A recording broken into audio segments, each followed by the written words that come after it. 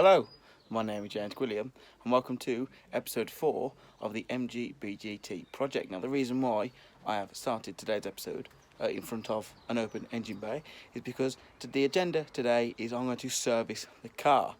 Now obviously I haven't long filmed the previous episode where we saw if it would start after a month in lockdown, and I thought while I've got the time, while I can go and get the parts, I think it would be an injustice not to show the MG some love, give it a service. So I'll go and show you the parts I've got for it now. What parts have we got for today's service? What we're going to do is open the boot and show you. Oh, lovely creak there. So we have 4 spark plugs, 1 oil filter and some oil for it. Now obviously I'll be changing the oil, and with that I'm going to change the filter while we're there, and the spark plugs as well as the other main service things. Now this is 10W40 motor oil. It's semi-synthetic, is what I've been recommended for the car. I'm sure it will be fine. If there any better oil, then let me know in the comments, but I'm pretty sure that one should be okay for the MG for now. Nice Bosch, other brands are available, oil filter and spark plugs. So yeah, we're gonna get into it and we're gonna change all of these things on the car today in the service.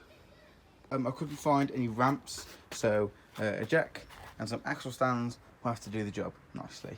So I'm going to jack the car up to give me better access, and the first thing we're going to do is drain the oil. The car is most definitely jacked up and it is on axle stands. I am trying to do today's video on my own, however I did have some help from my dad to make sure that the axle stands were in a safe place. I've left the jack, well, Dad's recommended, I'm still learning, that I leave the jack high up just in case it does drop. It will drop onto the jack and not onto me or the floor. So we have actually, or I have actually discovered a small oil leak, which will obviously be done in a future episode. It is not the point of today because we need to discover the origin of it. Now there is one theory, is it's coming from the rocker cover gasket, and it has leaked down into the engine, through the engine bay and obviously onto the exhaust. And as we've lifted the car up and it's on an angle, as you can see, the oil's dropped down out of the pocket or wherever it was sat, and it's now on the floor. So at some point in the future, then we will definitely be fixing this oil leak and finding what the problem is. However, the rocker cover gasket is also released and will also be a future video, so if that fixes it, then that's even better. So I believe, if I'm not mistaken, that there is my sump plug. I hope I'm not wrong, because that would make me look, you know, that'd be quite embarrassing. But I'm pretty sure by the looks of things that is my sump, and that is my sump plug there. So we need to take that out and drain the oil into the oil catcher that we've got.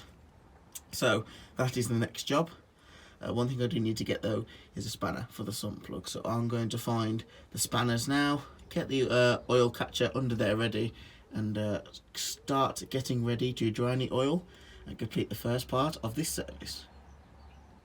The car, I've got my spanners, got my oil catcher. I do need to take this red thing out the oil catcher first. There you go. So with this, basically we need to undo that sump plug there, and obviously it is good practice to get a new sump plug when you change the oil. However, the fact I'm doing this during lockdown means it was hard for me to find a sump plug, so I thought, just for ease of doing it and actually creating the video, that I'll do it with the same sump plug that's in there now. If the next time I do change oil on this car, I will be getting a new sump plug. So which spanner do we think we need? I'm gonna guess, what should we guess? Let's have a guess. I'm gonna go 17. Yeah, 17, right. Here's the 17 mil spanner gonna fit. Oh no, it's bigger. Oh, okay, so I'm gonna find the right spanner and be back to you when I've got it. I've got a 20 mil spanner, which I believe is the right one. I'm not sure if it's exactly the right one, but it seems to be able to crack it off. So that is nice, and the catcher is underneath, and hopefully, I'm really hoping not to spill any. So we're gonna just crack it off first, and then undo it with our hands. So is it that way? Which way is it gonna go? This way. So if we just, it's hard to record and do it all on my own. Okay, well this is tight, so I'm going to need 2 hands. So I'm going to crack this off and then get back to you when I've done that, because it's too tight to do with one hand while holding the camera. So difficult to crack off that I had to get the help of my big friend a hammer. So it's cracked off a little bit now. So I think we just hopefully should be loose enough to do with one hand for the video now. So if we just put the spanner on, and this is terrible recording, I'm sorry guys, but it is difficult to be underneath an old car with a spanner in one hand and a phone in the other. So alright, so that's what I believe ready for it to be finger tight now.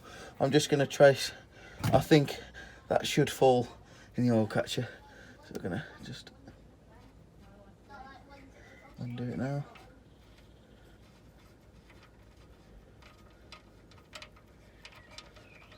Quite a long thread. Oh, I missed. No. Oh, that is that's terrible. I've completely misjudged where that was going to come out, and it's all over the drive. My mum is going to kill me. So if you want to do anything, click like on the video, because yeah, I'm going to be shot for that. Also, don't use a sump plug.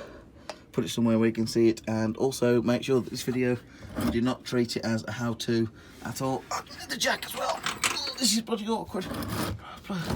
Oh, so that was quite frankly terrible from me, but we live and learn. I'm on my own, and I'm trying to learn, and this is exactly what I'm trying to do. Trying to learn, and also if I make the mistakes, you guys don't have to. So now I'm going to find a rag, because yeah. And I think the oil did need changing, especially because of how tight that sump plug is. So I'm glad I'm giving the car a service today. Yeah, please don't drop oil on your drives, people, because it's terrible, and I'm probably going to be shot for that. So as soon as that's fully drained, we'll get back to it. And honestly, it's please do not mess up as much as I just did. I mean, it is old oil, which is bad, and I tell you, this is so unpredictable to get the flow of that. But the main thing is it's draining now. Another thing we are going to do today is change the oil filter. So I need to locate that, get ready to take it off. So this service is taking a lot longer than I thought it was. But I'm doing it on my own, I'm learning, and we're trying. Now the reason why I've got a rag in my hand is because the oil filter removal tool, which I've actually used in another video on the channel, I can't find. So we're just going to have to try and use brute force to just undo it. So, fun times, good luck to me. Let's, I'll have a go. I'll do my best, and if I can get it off, I'll speak to you guys again when it's off. It's draining. We've cracked off the filter. So before we take the filter off fully, we are going to move the catcher to as underneath as the filter as we think we can get it. So yeah. Basically, it's just so we can minimise any more of that calamity there. So we're going to try and move the oil catcher underneath, and then we can take the old oil filter off. While I'm under here, I am just going to put the sump plug back in. So we're just going to wipe it with a rag. Yes, sir, here it is. There is a seal on it there, as you can see. The seal, I think it looks okay. Looks okay to me anyway. So the fact that we're not changing this sump plug until the next service shouldn't really be too much of a problem. Also, I couldn't really get hold of one anyway, as I've already explained. So this seal looks okay to go back in. It's nice and clean. I am just going to clean this bit here, the other contact surface of the sump plug, and then we're just going to do it. Put the sump plug back in, finger tight first, and then we'll do it up slightly tighter with the spanner. So I'm going to do that, and then take the old oil filter off at the top. I'm going to move this hopefully out the way. As you can see, if you look down there, that catcher is underneath, so I'm hoping that it catches all of this. Now this little wire is annoying. I kind of want to move it out the way. There it is. Just going to move it so hopefully it doesn't get all over it. So we can just, it has been cracked off, so I can just undo it now. My hand. Okay. I've undone it. Keep going. Okay. Flick it back up. Okay, so there's the old oil filter. Pretty damn dirty. I'm going to put some around this seal here, just to help when we put it on, to help it make the seal, sort of seal basically. So that's all nice and around there. So just use some of your oil that you're putting on it. So that's ready to go on now. Let's go do it. So here we are with the new oil filter. That's where it goes. We're going to put it back on. Fits on that thread there. Screw it on, and with the new oil filter, only put it on hand tight. Don't do it really super tight. You don't need a tool to put this back on. Just make sure it's tight to your hand, or finger tight as some people may call it. It's not actually that tight, but just make sure it's just tight enough to be on. You don't need to over tighten this, or else the seal won't work. So yeah, that's the new filter on. Sump plug is nice and tightened up again at the bottom. So now we're ready to put the new oil in. Plan for the new oil. I've checked the Heinz manual, and it needs, with the sump, the filter and the oil cooler, it basically needs the whole 5 litres. It's slightly more than 5 litres, but I think it's like 200 or 300 ml more than 5 litres, but I'm just going to put the whole 5 litre tub in, just for ease. So essentially it goes in here. So we're going to undo that now, and what we're going to do is we're going to put some in it now while it's jacked up, but not all of it, because then we need to check it's not leaking, and when it's not leaking we can drop it down, and then put the rest of it in, and then check the level with the dipstick. So that's the plan. If I can actually get the filler cap off. There it is. That's just not a normal screw like on modern cars, it's just a half turn sort of thing. That's off. So we're going to pour in a good few litres now while it's up here, and then check it's not leaking and drop it down. So let me go get the oil tub now. I can with one hand so I can record it, and we're going to put some okay, right, so that's worked. Just going to put a few litres in now. Right, I think that should do us for now, just to check that it's not leaking. So put that down, check underneath. Is there any more oil leaking? No, there indeed is not. So now we're ready to move all that out of the way, drop it down, put the rest of the oil in, and then check the level using the dipstick. So I've dropped the car down, put the rest of the oil in, put the cap back on, and now we're going to check it using a dipstick, and if the levels are okay, then we can move on to the spark plugs. The next thing, and the only last thing on the service that we need to do, is the spark plugs. Now obviously these are the spark plugs here. These are the HT leads. What I'm going to do is take one HT lead off, take one spark plug out, put one new spark plug in, and put the HT lead back on, and do that 4 times. Purely because I don't want to mix up the order of the HT leads, because that's bad, and you need to make sure these are in the right order. So what we're going to do, one by one, I'm going to show you just doing one of them, and then do the other 3 off camera. And yeah, so we're going to get onto that now. The tools that I have to help me is going to be in here. If I can open it up, we have a spark plug socket. So we're going to need a spark plug socket to remove and put the spark plugs back in. And also this is a set of feeler gauges. Now I'll show you what these are used for when we get to it. But the first thing we're going to do, take the first old spark plug out. So if I can just prop you up somewhere there, would be ideal. Are you going to sit there? I hope you are.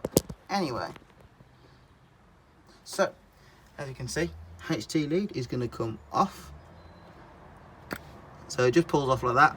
Keep this safe, you don't want this going anywhere, but as I said, doing it one by one so I don't get any of them mixed up. Now this is a special socket that goes on if I make sure my ratchet's going the right way,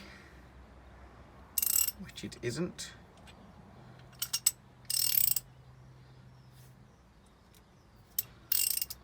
Okay, there you go. So I'm going to put this on here, and hopefully we should just be able to undo. There you go, it's on there now. However, my ratchet is not long enough to get clear of the engine, so I'm going to put the socket back on there and get a longer piece out of the set. So I'll just put a longer shaft onto the ratchet, so now I actually have room to manoeuvre above the engine cover. And that's gonna come undone. It shouldn't be too tight at all.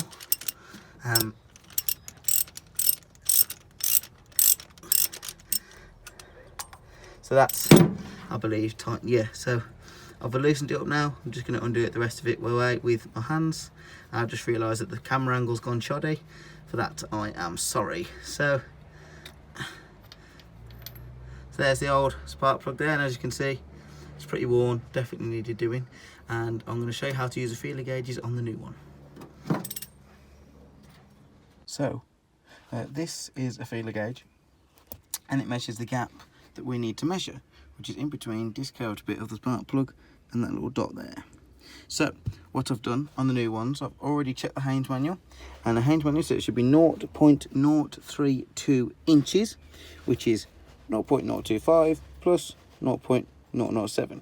Add those together, and that one length of gap that you've got there is 0.032 inches, which is exactly what we need. Now I've put the gap on the new spark plugs, as you can tell the difference, fancy new versus terrible old. I've done all 4 spark plugs, and I've made sure that this gap here, as you can tell, hopefully if I can demonstrate, if I do this like so, that the gap there is exactly 0.032 inches. And that's what the Haynes manual says the car needs, and that's what we put the gap at. So all of these spark plugs now are ready to go in. It's just as simple as tightening, putting the new ones in exactly the same as you took the old ones out, putting the HT lead back on top, and we're all done. So I'm going to do that with all 4 spark plugs and then get back to you. Now, nice, fresh, shiny new spark plugs. So now all that's left to do, start up the engine, make sure it still works, make sure I've not messed it up, and if that's the case, then we're all done for today. Starts up nice and easy. So definitely I've not messed up the spark plugs. The HT leads are obviously still in the right order, so doing them one by one was great. So there it is, a service including spark plugs, oil and an oil filter for my MG BGT. That's it for this episode of the project. Hope you guys have enjoyed, and I'll see you in the next one.